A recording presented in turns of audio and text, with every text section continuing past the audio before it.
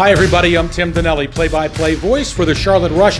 It is our midweek report on this Wednesday, December the 4th. I'm in the coach's office here at the Extreme Ice Center of the Charlotte Rush. We're going to talk Charlotte Rush Premier Hockey right now. Look ahead to a couple of big games this weekend for the Rush. Also, take a peek back at the two-game Richmond series. And let's check in now with the head coach and general manager of the Charlotte Rush Premier, Trevor Jewell. And Trevor, hope you had a great Thanksgiving. I know you were going down to Florida, Pensacola, to see your parents. Not a bad spot to spend Thanksgiving, is it? No, not at all. It was nice to be down in some warm weather, and especially after being in Boston there for a little while. So it's good to see family. Again, very big believer of getting away from the game and trying to reflect on everything and kind of figure out how to get back and get better as far as moving on the rest of the season, and especially for these next 6 games here. So it was good. It was a nice little breath of fresh air, and it was good to see the family. So, it's a lot of fun and always a beautiful time to go back and see the city and town of Pensacola and Gulf Breeze. So, obviously a beautiful area and a lot of fun to be in and hanging out with my family as well. Glad you had a good time. By the way, these Rush coaches, they go far away for Thanksgiving. Jeff Loebman, Rush assistant coach, all the way to Reno, Nevada over Thanksgiving. So, but safe travels, obviously, for both Jeff and Trevor, and great that everybody and our players got back safely from a great Thanksgiving holiday.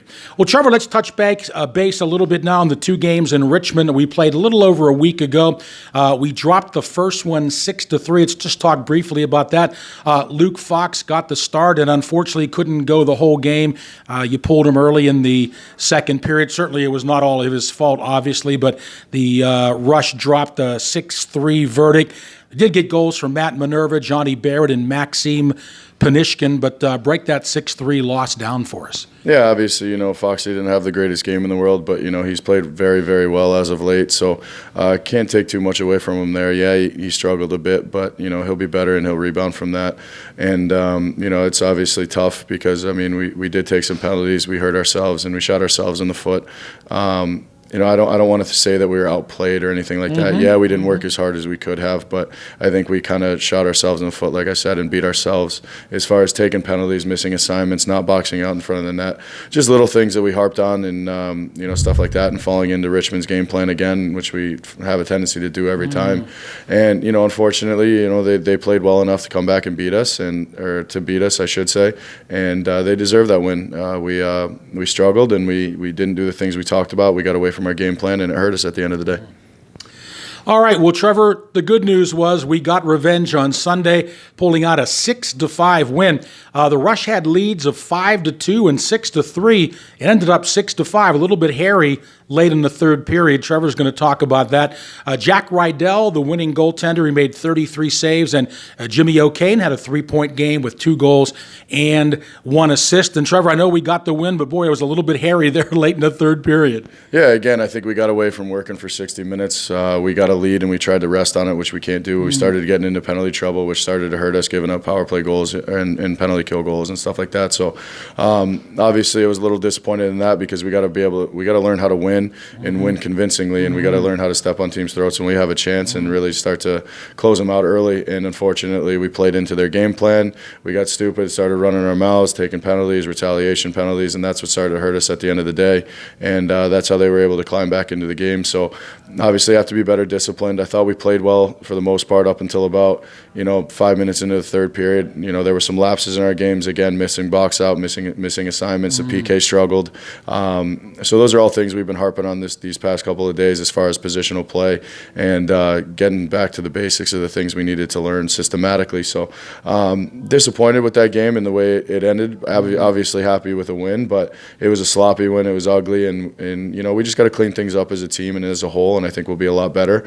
But again, we can't let teams stick around. We have to close it out early and do it soon and with authority. So couldn't be it was a little bit difficult to kind of think on the bench because you're trying to figure out what's going wrong. Why does this keep happening? But again, it's us shooting ourselves in the foot, taking penalties at inopportune times, them capitalizing, and that's how Richmond sticks around. And unfortunately, that's just how the game goes sometimes. But we ended up getting a win, which is the most important thing. But it was sloppy, and we got to learn to clean things up, and that's kind of what we're harping on here right now.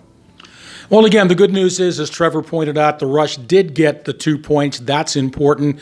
And I guess there is a silver lining in when you don't play your best and still come away with 2 points. We can always take some solace in that. Let's check the standings right now in the Southeast Division of the Premier League. And I'm pleased to say the Charlotte Rush on top, 35 points, with a record of 17, 14, 0, and 1. Richmond in second place, just 2 points behind the Rush, but Charlotte has a couple of games in hand. Hampton Roads lurking 5 points behind the Rush with 30 points. They are even in games played.